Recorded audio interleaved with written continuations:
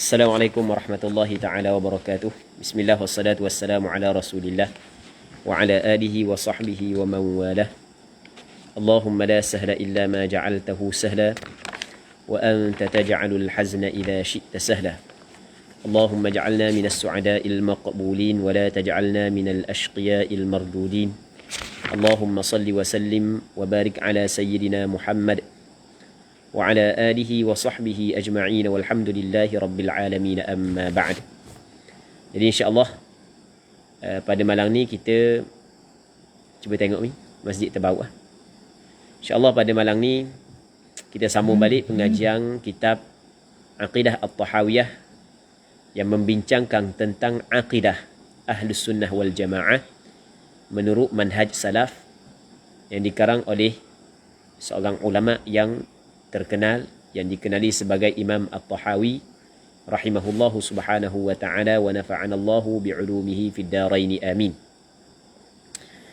Kata Imam At-Tahawi rahimahullahu subhanahu wa ta'ala, wa 'ala al-'abdi an ya'lama anna Allah qad sabaqa 'ilmuhu fi kulli ka'inin min khalqihi faqaddara dhalika taqdiran muhkaman mubrama ليس فيه ناقض ولا معقب ولا مزيل ولا مغير ولا محول ولا ناقص ولا زائد من خلقه في سماواته وأرضه وذلك من عقد الإيمان وأصول المعرفة والاعتراف بتوحيد الله تعالى وربوبيته كما قال تعالى في كتابه وخلق كل شيء فقدره تقديرا وقال تعالى وكان أمر الله قدرا مقدورا فويل لمن ضاع له في القدر قلبا سقيما وفي نسخة فويل لمن صار قلبه في القدر قلبا سقيما لقد التمس بوهمه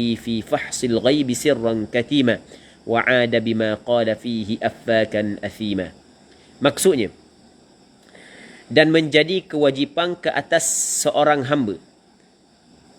Jadi kita termasuk dalam hamba Allah Subhanahu wa ta'ala. Menjadi kewajipan kepada seorang hamba, menjadi kewajipan kepada seorang hamba mengetahui. Dengan dia kena tahu bahawasanya hendaklah hamba mengetahui bahawa Allah Ta'ala mengetahui dengan ilmunya yang dahulu tentang semua yang akan terjadi pada makhluknya. Jadi kata Imam At-Tahawi rahimahullahu subhanahu wa ta'ala, menjadi kewajipan kepada setiap hamba, dia kena tahu, ini antara kewajipan kita, dia kena tahu Allah Ta'ala mengetahui dengan ilmunya yang dahulu tentang semua yang akan terjadi pada makhluknya. Maksudnya semua benda yang berlaku, yang akan berlaku pada makhluk Allah Subhanahu wa ta'ala sebenarnya telah terdahulu pengetahuan Allah Ta'ala sebelum daripada berlaku perkara tersebut. Sama ada perkara tersebut perkara yang baik, perkara yang buruk. Jadi semua perkara tersebut sebelum lagi berlaku ada dalam pengetahuan Allah. Okey, kita nak cakap mudah. Benda yang akan berlaku esok, sama ada tentang hal negara kita, sama ada tentang negeri kita, sama ada tentang diri kita. Benda yang nak berlaku pada keluarga kita, diri kita, kampung kita, negeri kita, negara kita, dunia ni. Benda yang nak berlaku esok, nak berlaku lusa, nak berlaku lepas daripada ni, semuanya dalam pengetahuan Allah. Semua benda yang akan berlaku hingga kepada hari kiamat, hingga kepada tidak ada penghujung, semuanya dalam pengetahuan Allah Subhanahu wa ta'ala. Allah Ta'ala bersifat dengan ilmu. Antara sifat Allah Subhanahu wa ta'ala adalah ilmu, pengetahuan. Yang mana pengetahuan Allah Subhanahu wa ta'ala ia berbeza dengan pengetahuan kita. Pengetahuan Allah Subhanahu wa ta'ala berbeza dengan pengetahuan kita. Pengetahuan kita terbatas. Kita tidak mengetahui benda yang akan berlaku. Usah kata pada orang lain, bahkan pada diri kita sendiri kita tidak mengetahui. Benda hak yang akan berlaku kepada diri kita lepas daripada ni kita tidak tahu. Tetapi semua benda, semua makhluk Allah Subhanahu wa taala sebelum daripada wujud makhluk tersebut, sebelum daripada ada makhluk tersebut, semuanya Allah Subhanahu wa taala tahu. Apakah perbuatan dia, semuanya dalam pengetahuan Allah Subhanahu wa taala. Ni akidah muslimin muslimat yang dirahmati oleh Allah Subhanahu wa taala. Ini bukan benda hak yang dongeng. Ini adalah akidah yang wajib kita kena pegang kemah keming, kita kena tanam dalam hati, kita kena letak molek, simpulkan molek dalam hati, kerana ia adalah akidah yang diwajibkan kepada setiap hamba mengetahui perkara ini. Lalu dia menentukan hal itu dengan ketentuan yang sempurna lagi pasti. Jadi Allah Ta'ala tahu orang ni sekian benda yang dia akan buat esok lusa dalam pengetahuan Allah. Sampai masa benda yang Allah Ta'ala tahu begitu akan jadi begitu. Dia tidak akan jadi sebaliknya. Lalu dia menentukan hal itu dengan ketentuan yang sempurna lagi pasti. Tidak ada siapa pun yang dapat membatalkannya. Tak ada. Tiada siapa pun yang dapat membatalkan apa hak yang telah ditetapkan oleh Allah Subhanahu wa taala. Hebat mana pun seseorang, dia tidak mampu untuk mengubah takdir. Kalau cakap kita, hebat mana pun seorang, dia tidak mampu untuk mengubahkan takdir. Sehingga Kang Imam Ibn Athaillah As-Sakandari rahimahullahu ta'ala di dalam kitab Hikam menyebut, sawabiqul himam la takhriqu aswaral aqdar. Hemoh-hemoh yang tinggi, dia tidak dapat mencarikan, merobekkan benteng-benteng takdir Allah Subhanahu wa ta'ala. Tidak ada benda hak yang berlaku dalam alam ini melainkan dengan takdir Allah Subhanahu wa ta'ala. Apa hak yang Allah Subhanahu wa ta'ala takdirkan pasti akan berlaku. Apa yang Allah Subhanahu wa ta'ala tidak takdirkan pasti tidak akan berlaku. Kalau sekiranya manusia semua sekali berkumpul untuk memberi mudarat kepada kita, sedangkan Allah Subhanahu wa taala tidak berkehendak untuk memberi mudarat kepada kita, nescaya mereka itu tidak mampu untuk memberi mudarat kepada kita. Sekiranya manusia berkumpul untuk memberi manfaat kepada kita, sedangkan Allah Taala tidak berkehendak untuk memberi manfaat kepada kita, untuk kita dapat manfaat, maka pastinya tidak ada seorang pun yang dapat memberi manfaat kepada kita. Baik. Ini akidah yang mesti setiap hamba, setiap mukallaf kena pegang kemah keming benda ni. Kita kena pegang kemah keming benda ni. Baik. Tidak ada siapa yang dapat membatalkannya ketentuan Allah, menghalangi ketentuan Allah, menghilangkan atau merubahnya. Tak ada siapa yang mampu. Dan tidak ada satu makhluknya pun di langit dan di bumi yang dapat menambah atau menguranginya. Allahu Rabbi. Ni hebatnya Allah Subhanahu wa taala. Oh hebat. Ni hebatnya Allah Subhanahu wa taala. Apa hak yang dia kehendak pasti akan terjadi. Apa hak yang dia tidak kehendak pasti tidak akan terjadi. Ma sya'allahu kana wa ma lam yasha' lam yakun. Ni perkataan ulama.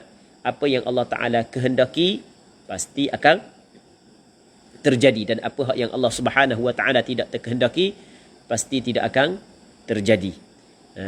Allah. Sebab itulah kita melihat daripada dua sudut. Sudut yang pertama adalah ketetapan yang ditetapkan oleh Allah. Sudut yang kedua adalah ikhtiar manusia.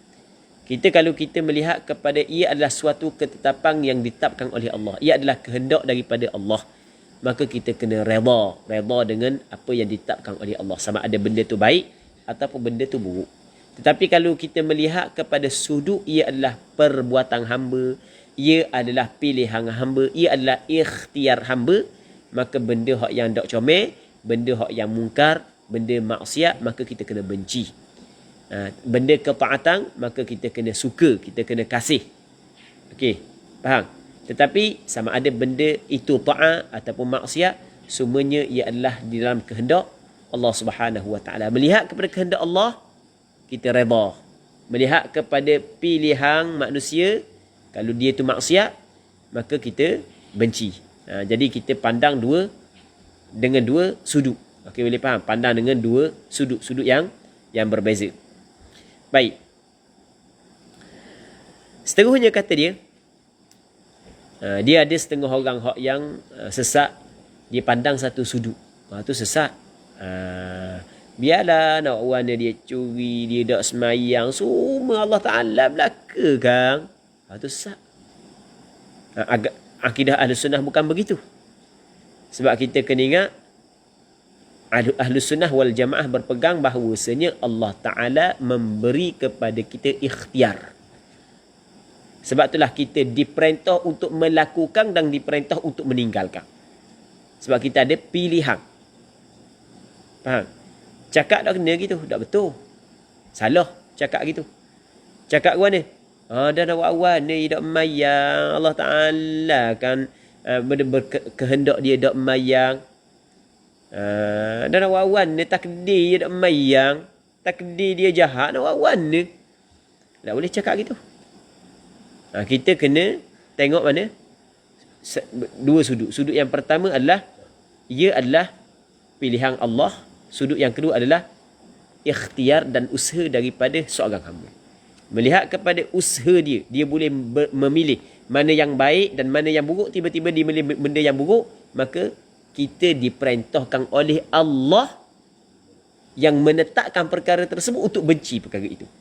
Allah kata Rasulullah, "Man ra'a minkum munkaran falyughayyirhu biyadihi." Sesiapa di kalangan kamu melihat kemungkaran, maka hendaklah dia mengubah dengan tangannya. Fa illam yastati' fa bilisani. Kalau dia tidak mampu dengan tangan, maka dengan lidah. Fa illam yastati' fa biqalbi. Kalau dia tidak mampu dengan lidah, maka dengan hati. Wa dzalika adhaful iman. Dengan hati ni sedhaif-dhaif iman. Maksudnya benci, sekurang-kurang benci.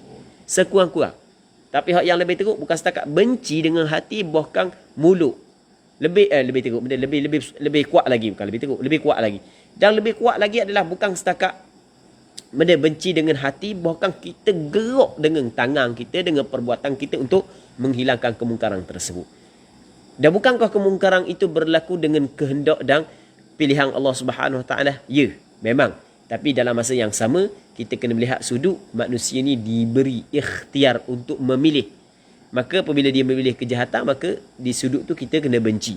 Tapi melihat kepada ia adalah kehendak daripada Allah Subhanahu Wa Taala, maka kita redha. Okey, tengok redha satu sudut, patut benci satu sudut yang lain. Maksudnya kita tengok kepada dua sudut yang berbeza. Muslimin muslimat yang dirahmati oleh Allah Subhanahu Wa Taala. Kita kalau orang yang biasa belajar tak benilah sebut benda lagu ni. Orang yang tak biasa belajar jadi pelik. Warna pula gitu. Orang yang tak biasa dengar kan. Orang yang biasa dengar tak ada masalah. Dia faham lalulah. Okey, habis.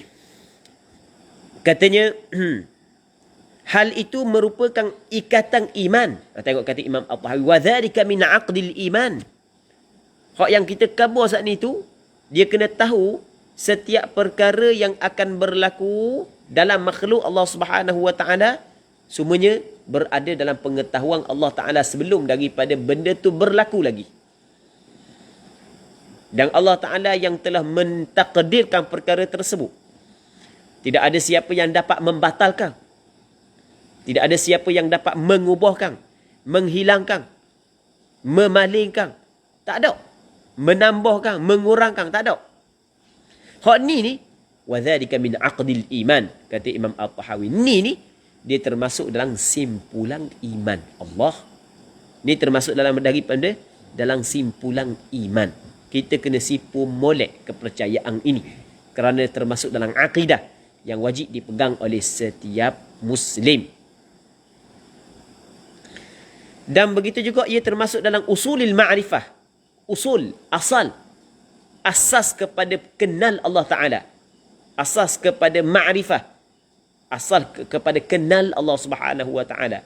Orang yang tidak tahu perkara yang disebut oleh Imam At-Tahawi tadi, dia tidak ada asas kenal Allah Subhanahu Wa Ta'ala. Mudah kenal lagi kalau gitu Tuhan tu. Mudah tahu lagi benda yang sifat-sifat yang ada pada Allah Subhanahu Wa Ta'ala. Dan itu juga termasuk dalam wal i'tirafi bi tauhidillah. pengakuan mentauhidkan Allah. Termasuk dalam iktiraf pengakuan dengan mentauhidkan Allah Subhanahu wa taala. Wa rububiyyatih, dan pengakuan tentang ketuhanannya Allah Subhanahu wa taala. Baik. Sebagaimana Allah Subhanahu wa taala berfirman dalam Al-Quranul Karim, wa khalaqa kulla syai'in faqaddarahu taqdira. Allah Subhanahu wa taala menciptakan segala sesuatu. Orang yang mempunyai mata hati, kalau dibaca ayat wa khalaqa kulla syai', sikit je ayat, tapi kalau dia perhati molek, dia tadabbur molek, dia cuba menyelami molek makna, maka akan lahir dalam hati dia perasaan yang cukup besar. Hebatnya Allah Subhanahu wa taala. Setiap sesuatu Allah Taala ciptakan. Setiap sesuatu. Manusia ramai mana di atas dunia, semuanya ciptaan Allah Subhanahu wa taala. Macam-macam ragang manusia, semuanya ciptaan Allah Subhanahu wa taala. Belum kita tengok kepada binatang-binatang lagi. Belum kita tengok kepada tumbuhan-tumbuhan lagi. Belum kita tengok kepada banyak macam-macam perkara lagi. Cukup kita kata Allah Rabbi, kita bermacam-macam manusia, bermacam ragam manusia, bermacam bangsa manusia, bermacam bahasa manusia, semuanya adalah ciptaan Allah.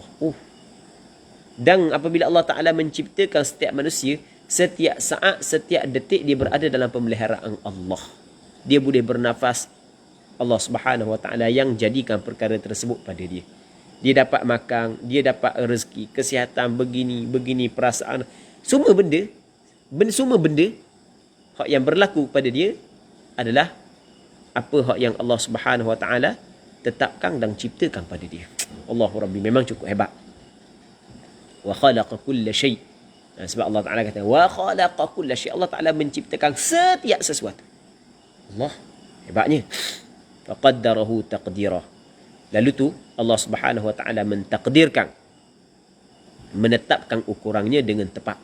Allah Taala telah mentakdirkan setiap sesuatu itu. Dan firman Allah Subhanahu wa taala, dan ketetapan Allah itu adalah sesuatu ketetapan yang pasti akan berlaku. Ketetapan Allah adalah suatu ketetapan yang pasti akan berlaku. Maka kata Imam At-Tahawi, maka celakalah bagi sesiapa yang menjadi penentang bagi Allah dalam masalah takdir.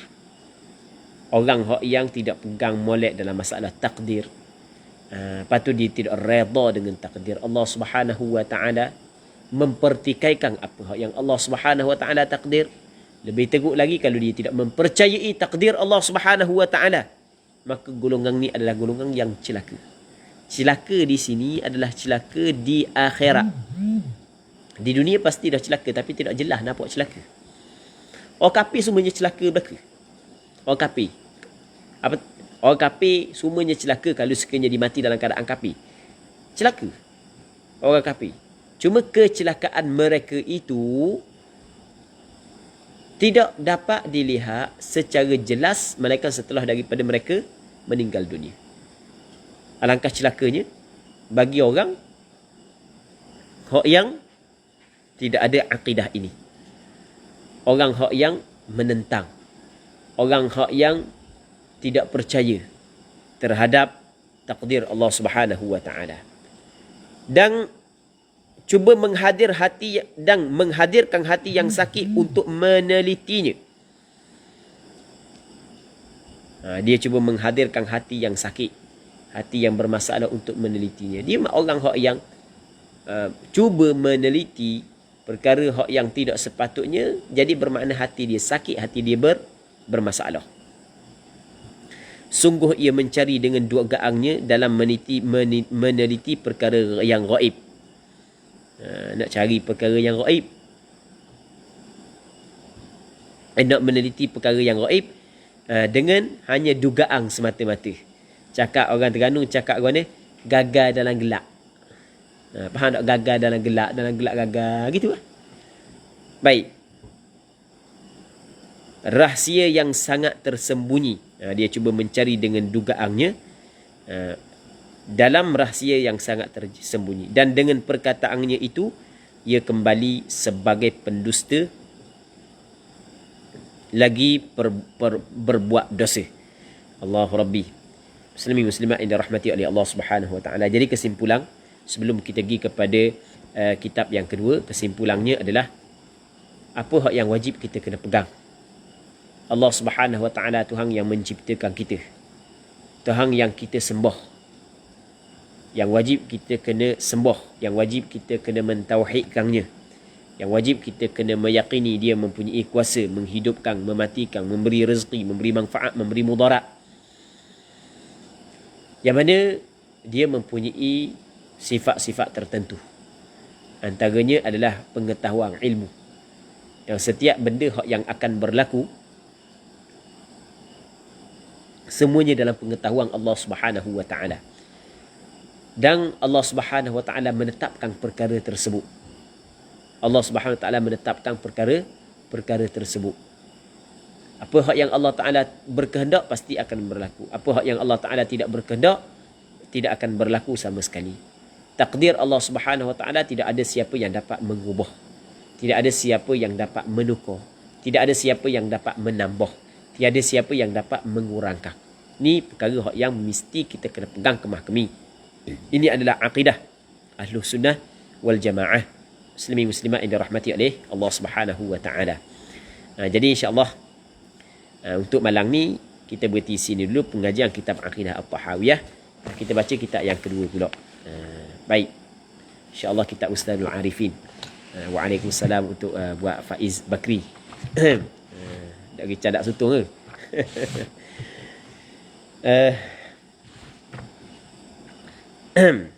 Bismillah wassalatu wassalamu ala Rasulillah wa ala alihi wa sahbihi wa man walah. Allahumma la sahla illa ma ja'altahu sahla wa anta taj'alul hazna idza syi'ta sahla. Ada tanda tak? Hadis yang keberapa? Tak ada. Rasanya hadis yang kedua belah. Okey, kita tengok. Kita bincang minggu lepas berkenaan dengan cara kita nak dapat cinta Allah dan cinta manusia. Tak lagi? Tak. Muka surat 50 ni. Okey, tengok. Hadis ke-12.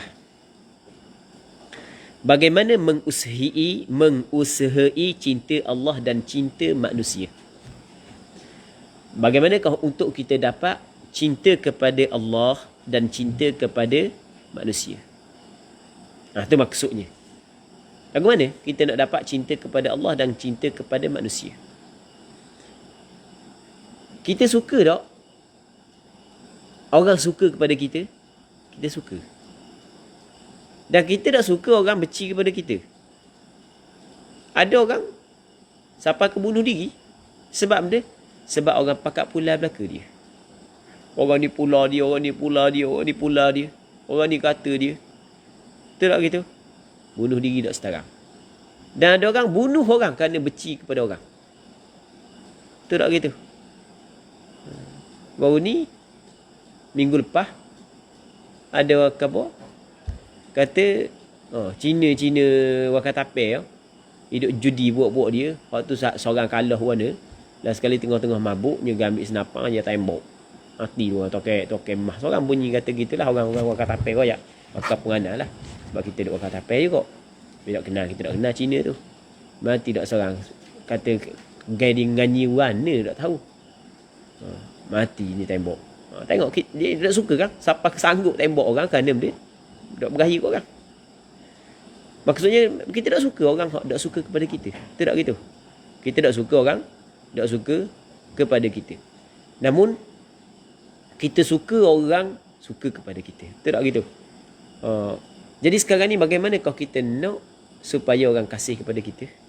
Dan bagaimana nak kita nak hak yang lebih besar lagi adalah Allah Ta'ala kasih kepada kita. Itu tajuk dia. Katanya an Sahl bin Sa'd radhiyallahu anhu qala jaa rajulun ila an-nabi sallallahu alaihi wasallam faqala ya Rasulullah dullani ala amalin idza amiltuhu ahabbani Allah wa ahabbani an-nas. Faqal izhad fid dunya yuhibbaka Allah wazhad fi ma 'indan nasi yuhibbaka an-nas. Hadithun hasan rawahu Ibnu Majah.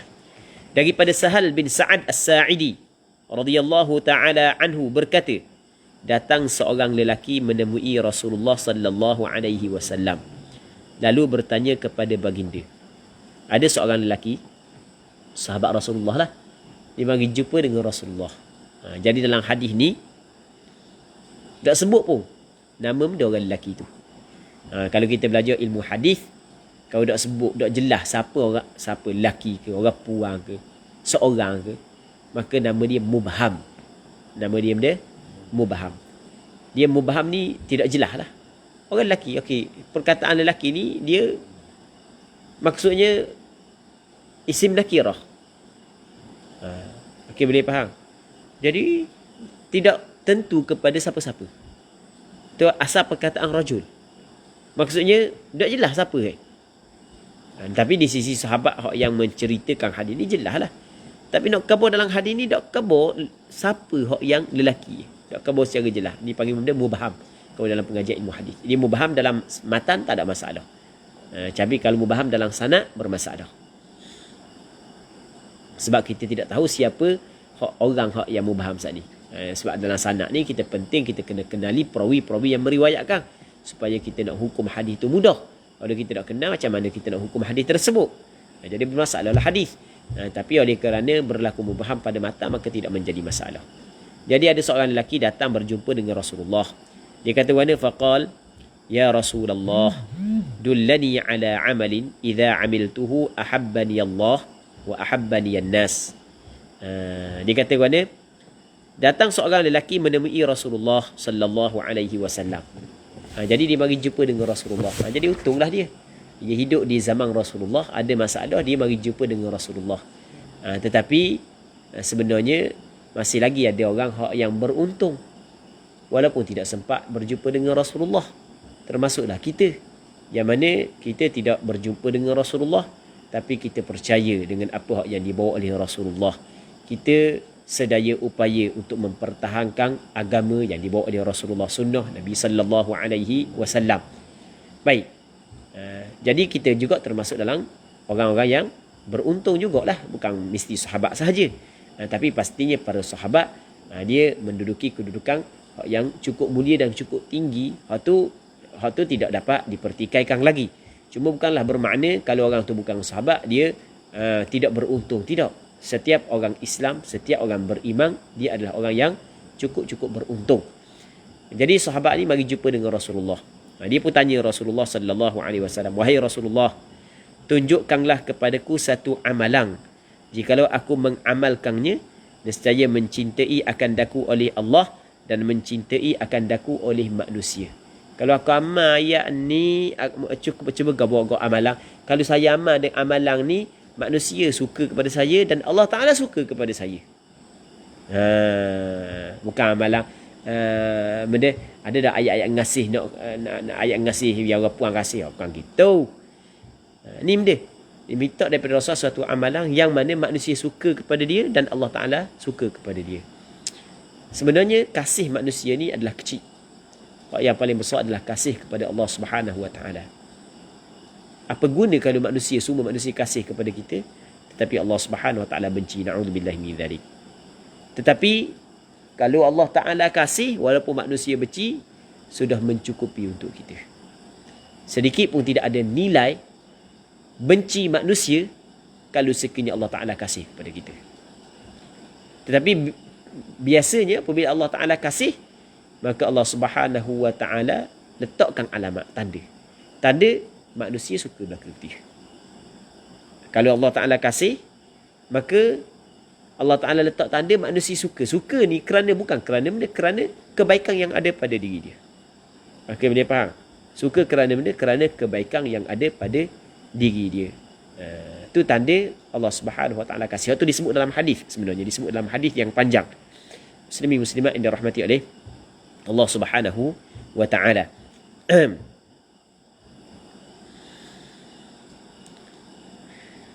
Katanya, lalu baginda menjawab.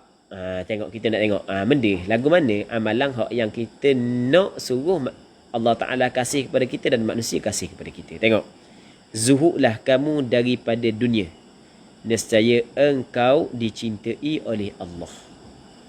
Orang yang ingin mendapat cinta kasih daripada Allah Subhanahu Wa Ta'ala, dia kena zuhud dengan dunia. Hati jangan bergantung dengan dunia. Pekerjaan jangan letak dalam hati. Allah ni bukan benda mudah ni, benda yang cukup payah. Sebab kita dalam hati penuh dengan dunia. Kita kasih kepada dunia. Kalau tak dapat dunia kok, siapa dia nak tidur, siapa stres, siapa tekanan. Betul tak gitu? Tengok, sebab dunia berada dalam hati. Macam mana orang yang dunia penuh dalam hati dia, tidak ada sifat zuhud, dia nak Allah Ta'ala sayang kepada dia. Allahu Rabbi, Allahu Rabbi. Ini memang cukup bermasalah. Orang yang ingin mendapat kasih kepada Allah Subhanahu Wa Ta'ala, jangan diletak dunia dalam hati dia. Zuhud ni hati tidak bergantung dengan dunia. Bukan tak ada dunia, hati tidak bergantung dengan dunia. Dia bukanlah mesti zuhud ni sesak, bukan mesti sesak. Dia zuhud ni sifat hati. Kadang-kadang orang tu tak ada pitih sesang pun, sesak, apa kedana, tapi dia ni adalah cinta kepada dunia. Kadang-kadang orang tu Allah kaya, tapi dia adalah orang yang zuhud. Okey, boleh faham? Tapi jangan pula kata, jangan pula kadang-kadang orang kita ni telajak. Dia tak erti, telajak sangat. Dia kata,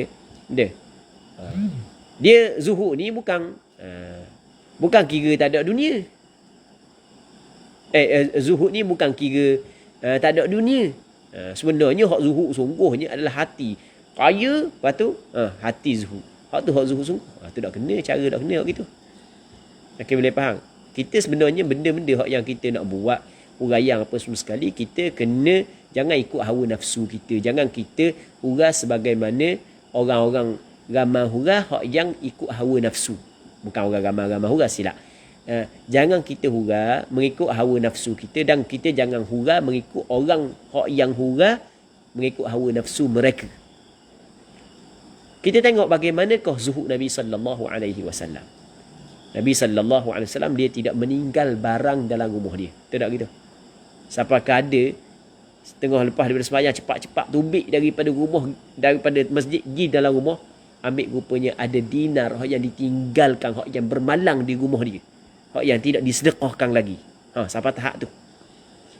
Sampai tahap tu.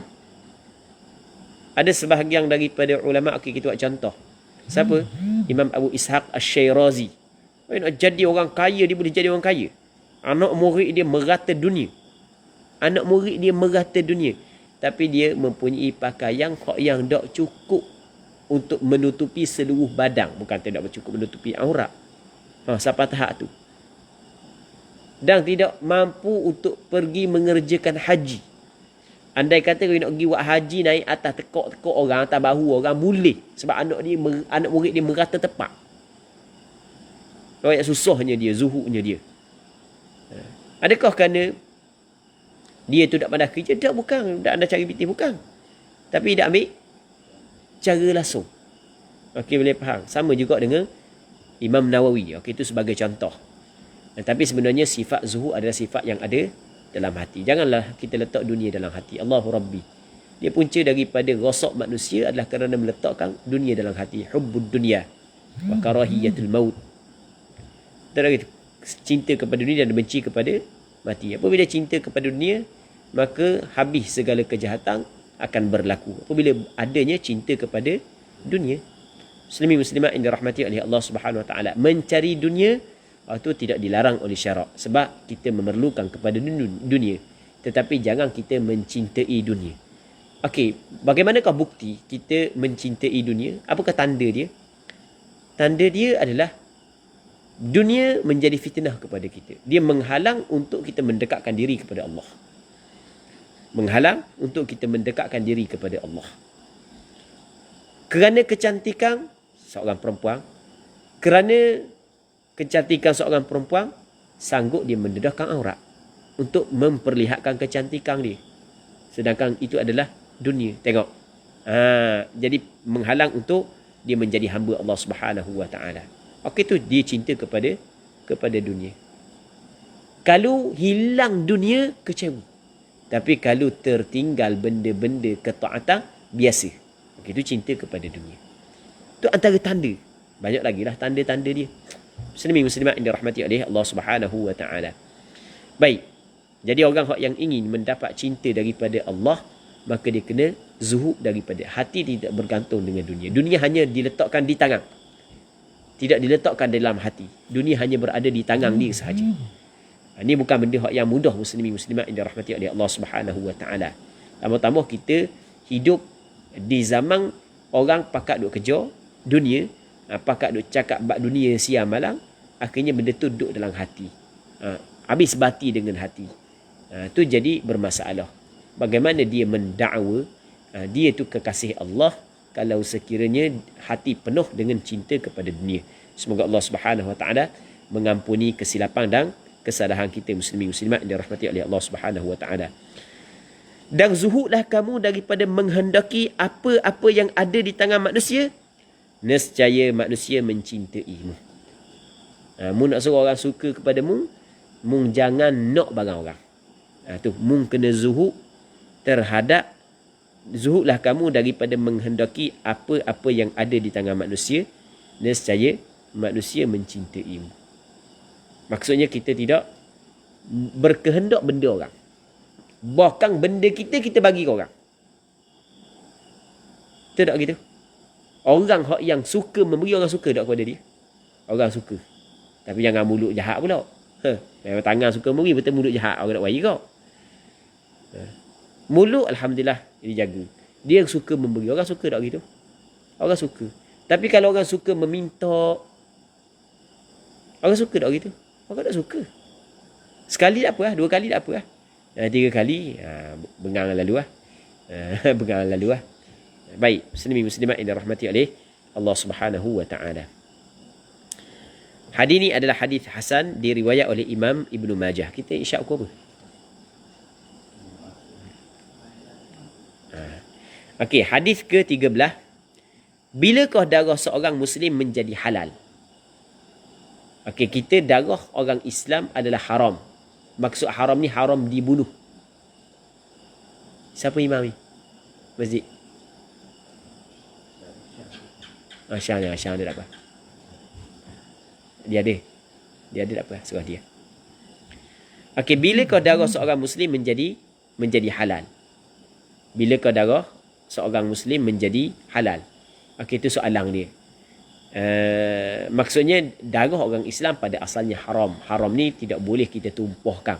Dosa besar menumpahkan darah orang Islam. Dia menumpahkan darah orang Islam tanpa ada keizinan daripada syarak, tanpa hak, tanpa benda, maksudnya tanpa ada alasan yang diizinkan oleh syarak. Dia termasuk dalam kezaliman yang bukan kecil, kezaliman yang besar, yang wajib seorang tu kena bertaubat kepada Allah, dan wajib dia kena minta maaf, dia kena bayar balik kesilapan dan kesalahan dia kepada orang yang dia lukai. Bahkan ada perbincangan dalam kitab fiqh tentang jinayah-jinayah yang dilakukan oleh orang Islam kepada saudara dia Islam. Dia kena bayar sekian-sekian, ada. Diat dia ada. Bayaran-bayaran denda dia ada. Asal darah orang Islam adalah haram. Namun dalam hal-hal tertentu darah orang Islam halal dibunuh. Boleh kita tumpahkan darah dia. Ini dia nak bincang dalam hadis ni. Muslimin muslimat yang dirahmati oleh Allah Subhanahu Wa Taala. Jadi untuk malam ni kita berhenti sini dulu. Kita berdoa kepada Allah Subhanahu Wa Taala agar apa yang kita bincangkan pada malam yang mulia ini diberkati oleh Allah Subhanahu Wa Taala. Semoga Allah Subhanahu Wa Taala mengampung dan memaafkan segala kecuaian, kesilapan dan kesalahan kita. Allah Subhanahu Wa Taala a'la wa a'lam. Sallallahu ala sayyidina Muhammad wa ala alihi wa sahbihi ajma'in. Walhamdulillahi rabbil alamin.